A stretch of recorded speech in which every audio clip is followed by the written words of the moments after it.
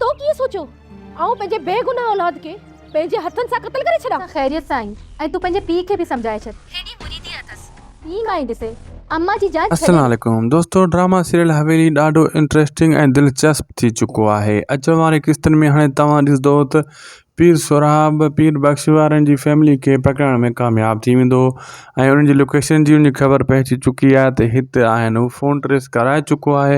हाणे हुन जा वाठा पीर बख्श खे ॿधे खणी ईंदा।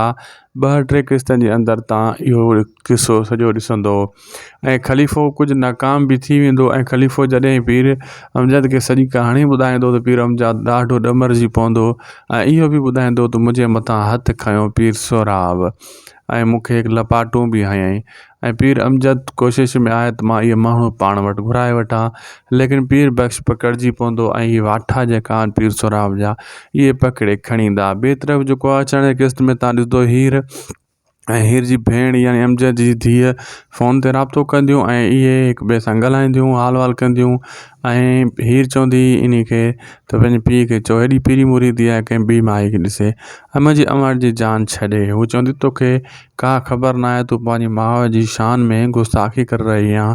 हुनखे त ख़बर आहे न मासी गोरी जो बि छा रिश्तो आहे, लेकिन हीर खे त ख़बर न आहे।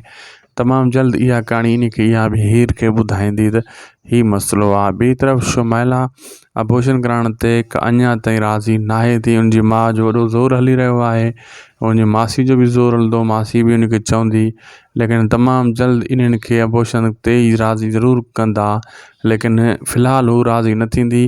पूरे 75 एपिसोड ताईं इहो जहिड़ो हलंदो रहंदो।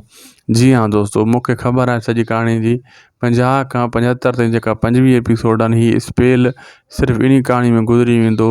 अबॉर्शन वारी कहाणी पीर बख्श सोराब साले इहे अमजद इन जी कहाणी में हिते ई दुप थी वेंदो ऐं सॼी कहाणी हिते घुमंदी ऐं इन खां अॻिते हाणे 4थे स्पेल जी बि शूटिंग तमामु जल्द वरी थियण वारी आहे।